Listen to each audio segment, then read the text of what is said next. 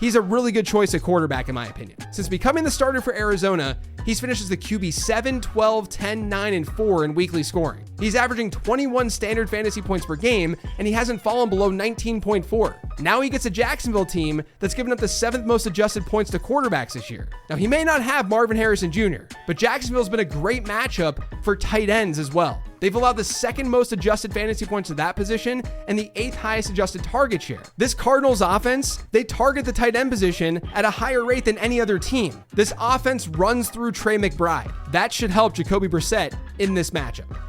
The Panthers had their best pass rate over expected of the season in week 11. The 49ers are a good matchup for Bryce Young. They rank as the 11th best matchup by adjusted fantasy points allowed to quarterbacks, and they've given up 17 passing yards per game to quarterbacks over expected.